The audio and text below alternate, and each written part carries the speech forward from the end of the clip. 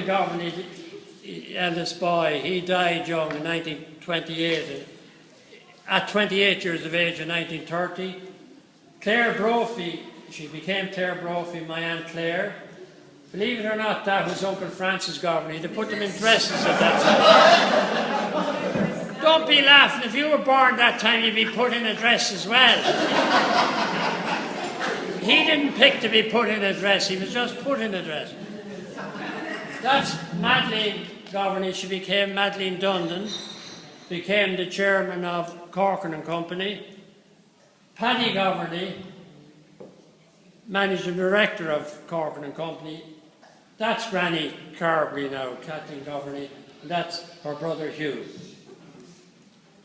Now, over the time, in the meantime, Dan Carbery had married a Pauline Woods. That's Dan Carbery, our grandfather. That's Pauline Woods. That's my father. That's Uncle Tommy, Uncle Morris, Uncle Joe, Uncle Morrison. I think that's Aunt Pauline. Doesn't mean anything to a lot of you, but some of us know who it is. Now that's Pauline Woods as well. That's Dan Carbery, lovely moustache when he was young. That's his father, believe it or not, our great-grandfather, another Dan Carbery. That's Uncle Morris's first Mass, Auntie Sheila, Nun, Daddy, and that's all the Carberys. We needn't go into it. That's my father, Dan Carbery, and it could be nearly the first day that he took my mother out. And that's her there, and that's her sister. The story was that Leo MacDonald was going out with Aunt Claire, and he was a pal of Daddy, and they were going to Tramore, and he said, I have a woman, but I'll have to get a woman for you. So he got my mother to go down to Courtown. Well, Leo MacDonald asked her when she came, and she said, if he wants me to come, he may ask himself. I'm telling you, and he had to go down and ask her himself, and she said yes. She was dying to go with him, but he still had to ask her. So that was the first day they went to Tramore. That's some dress dance they went to. There he is, there's my mother. That's Kieran Doyle, the Shamrock, Michael Doyle's father. That's Leo MacDonald. And I'm not sure that's either his wife or his sister. Well, he could have been with her. Anyway, you'll have to ask them yourself. That's the wedding on the 2nd of June 1936 in the Gresham Hotel, a wet day. Got married at 6 o'clock in the morning at the Pro Cathedral. The reason being they had to catch the 10 o'clock boat out of Dunleary or something. So they got married, had the breakfast, had the photographs, and she was gone on the boat, and she told me she didn't give a hoot about the guests. I told her she was very rude to go off without... I didn't go get married to be with the guests. I got married to be with your father. Oh. So that's her now. The closer-up one, that's our grandfather Carbery, grandmother Carbery, father, mother, Granny Governor here, and Auntie Claire, and the rest are other Governors and Carberys. Now there's the honeymoon couple. Aren't they looking well? Just ready in the best suit, off to Switzerland. And that time they didn't mind having animals hanging around their neck. Fur and a hat and everything. So that's them heading off on the honeymoon. There he is on the honeymoon somewhere in Paris, Switzerland. Went overland and oversea. She still has the square thing hanging around her neck.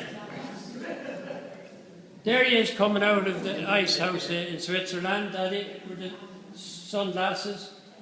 There sitting in the boat, I suppose a waterfall in one of the lakes up in Switzerland. Long way to go in 1936. Now they're on the beach together under the umbrella. And believe it or not, at that stage, having had a candle lit in Lourdes to have a baby, 13 years later they blew it out when Claire arrived. They said, that's enough, blow out the candle. The flame is still lighting then. Now look, back. That's you, Dad.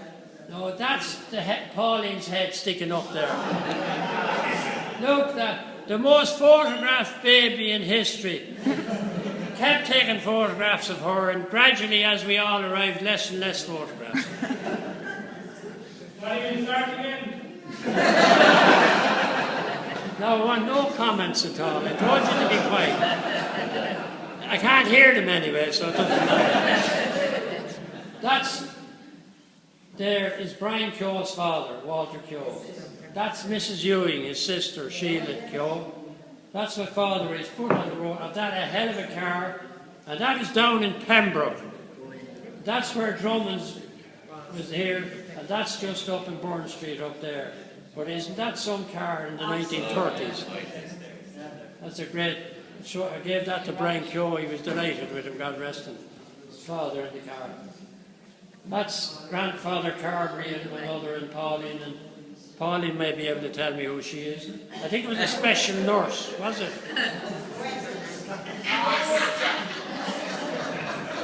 Pauline, Uncle Hugh, Granny Governey, and I think it's Miss Curtis or something, some friend of my grandmother. That's down in Barrowville. Pauline again, and she gorgeous. Look at that. And Granny Governey. We thought Granny Governey was born 80 years old, but she obviously was younger in those days. There's Daddy, Pauline, Madeline, and Katie. Katie minded us all when we were young, before she went off to England and got married and that. Great, minded us very well. Now, fast forward. Bang, bang, bang, bang, bang, bang, bang. No, don't you be taking any rude meanings out of that. I just mean fast forward. Bang, bang, bang, bang, bang, bang, bang, bang. Daddy, Mommy, Pauline, Madeline, Dad, Michael, Des, Morris, Brendan, and little Kathleen. She's called Kay now since she went into fashion years ago. But she was Kathleen when she was grown up. So that's Uncle Morris there. Don't know what he's doing in the photograph, but he's there. I was out in Bray on holidays. That is the third house up from the end in Pembroke, Brian Keogh's yard down there, where first was Pauline was born in a nursing home in Dublin because her mother hadn't had a child before and needed to go to a special place. But after having one then, she had 10 upstairs in that room up there. Not all in the 1 year, year after year, you know. And then they moved out to Glenart on the Green Road, and Eugene was born out there. The only one of the 13 born in Glenart. And then she had problems. My father